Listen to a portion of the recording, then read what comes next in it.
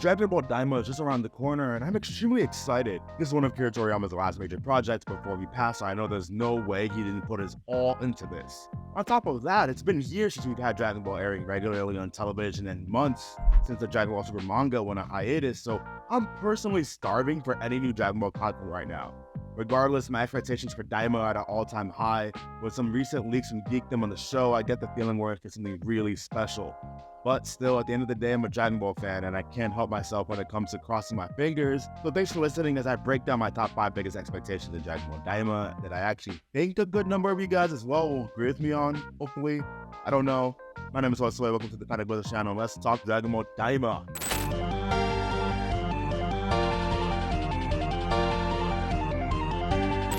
Alright, my first expectation, a new transformation for Goku. Considering what Geekdom leaked, it seems like Goku won't be able to transform into his usual transformations as a kid, unfortunately. While I'm sure Super Saiyan or even maybe Kaioken won't be an issue, I kinda doubt we're getting Ultra Instinct Mini Goku or Super Saiyan Blue Mini Goku. The last time we saw Goku turn into a kid was back in GT, so you know where I'm going with this. We're all hoping that either Super Saiyan 4 or at least a Toriyama equivalent Super Saiyan 4 gets canon in Daima. I'm not the biggest fan of GT, but we all know Super Saiyan 4 is arguably the greatest thing to come out of that series. At the time of recording, we haven't seen any GT characters appear in a promo for Sparking Zero, and the reason why I actually believe they haven't is because Super Saiyan 4 will drop as part of the Daima DLC, since Goku will officially and canonically be Super Saiyan 4 in this series. Is this a stretch? Yes, maybe, who knows? Most likely yes though. We've recently been seeing a bit of a resurgence when it comes to biology and the history of the Saiyans. Broly, for example, he has his Akari form, which lets him access the power boost of the Oozaru form without having to transform. And Bardock played a big role in the Granola arc, not to mention his role in the beginning of the Broly movie. Dragon Ball has been dipping its toes in Saiyan lore again and having Super Saiyan 4, a form that's similar to Ikari, but instead grants access to the power boost of a golden Oozaru, which is rather, the Super Saiyan Oozaru, makes me feel like this is actually very possible to see in Daima. Let me know what you think, but let's move on to the second biggest hope and expectation in Daima. Number 2, Supreme Kai Supremacy. Beerus nor Whis haven't been shown at all in the few trailers that we have for Daima, leading me to believe that Daima will actually be taking place in the 4 years in between the Buu Saga and the Battle of Gods movie.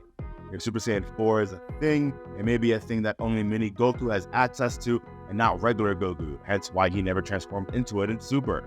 Nonetheless, we know Daima will feature Supreme Kai as a main character, and given how useless he's been since the very beginning of the Buu Saga, bro, he did not deserve all of the hype he got at the World Tournament. He's been pretty much a major idiot. I really hope Daima gives him an opportunity to both shine and show us his stuff. Maybe give him some actually unique moves as opposed to his supernatural abilities move in Budokai 3, which was just him pulling out random shit from his ass. To the best of my knowledge, Supreme Kai hasn't even fought once in the entirety of the series. Never thrown hands, maybe a ki blast, but I truly do not recall him ever taking part in a major battle. I really cannot think of one. There was a quick battle versus Fat Boo, but that was mainly Gohan if I recall correctly. The one fight I'll give him is in the future timeline where he helped Trunks fight off the Gura. That dude was a dog, especially in the Kakarot DLC where you have him as a party member only for that one specific segment. But besides that, can Shin do something in the actual main timeline, please? Number 3, a reason for Vegeta. Vegeta is going to be an integral character in Daima and, according to the leaks, be a main character. Now, Goku being the lead character, yeah, that makes sense. He's been the main character of Dragon Ball since forever. Supreme Kai can make sense considering he's a Kai and played a direct role in the events of the Buu arc. Piccolo being a main character for Daima also makes sense for a reason that I'm going to explore later. But Vegeta? Why is Vegeta a main character? What does he benefit from taking part in this series character-wise? Vegeta is one of my favorite characters, so I'm not really going to get mad at the idea of him being here. Of course he would be, but is there a deeper reason beyond just not allowing Goku to potentially get stronger or go on these crazy adventures without him? If this takes place in between Buu and the Battle of Gods, maybe him adventuring as a kid will make him want a kid? Maybe? Leading to Bola and being a better dad? I don't know. I know I'm grasping at straws right now. Just give me a reason for Vegeta. Number 4, Majin lore. Buu is the only Majin we ever canonically meet. The leaks from Geekdom mention we'll be meeting more than just one new Majin in Daima, but I really hope we'll use this as an opportunity to really understand what Majins really are. Where do they come from? How do they operate? And what made Kid Buu the monster that he is? Do they come from the demon realm? I know we're also getting some expanded lore on that. And while I'm really interested in that layer of the Dragon Ball world and where Dabura could have potentially come from and what his reign as Demon King meant, I'm a lot more interested in just what it means to be a Majin and what it can apply for Buu's future.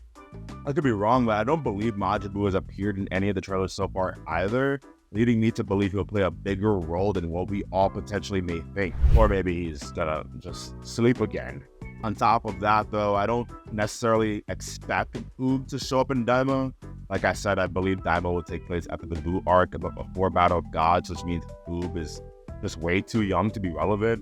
However, the Dragon Ball Super manga, specifically the Moro arc, did a phenomenal job in adding to the importance of Oob without looping him into the main story.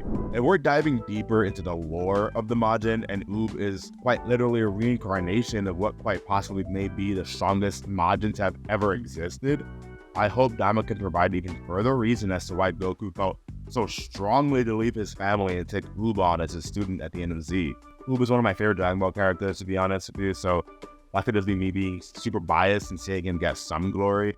And number 5, Demon King Piccolo. Going back to my earlier point on the Demon Realm, I'm not really all that interested in it in the sense of what it may mean for Dabura.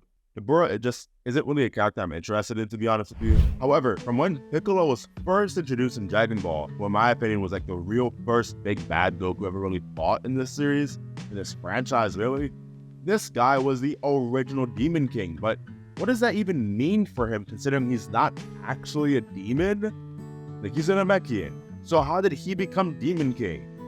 Is that like a fake title? Or was he really in that demon realm, really taking control of things? Was he the Demon King before Dabura or something? What does that mean? What is Demon King Piccolo? Who was he the king of?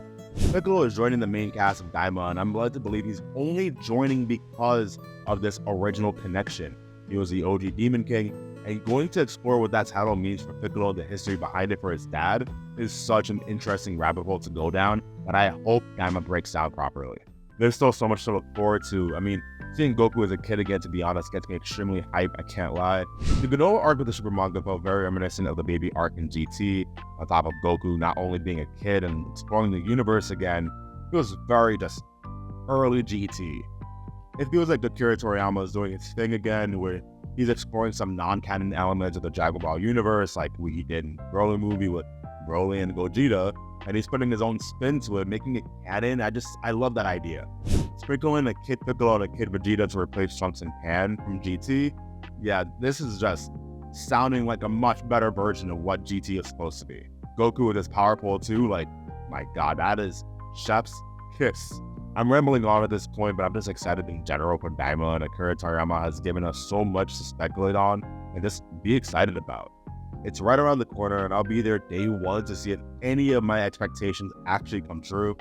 I'd really love to hear all of your thoughts as well. Maybe you're really against having Super Saiyan 4 or a new transformation in general showing up, or maybe you don't really care about that Demon King title backstory, whatever it is about Piccolo. Like, you just want something unique. I don't know, just give me all your thoughts in the comments. I'm actually really excited to see them and just talk about it. All right, yo, I'm done yapping. I'll see y'all next time.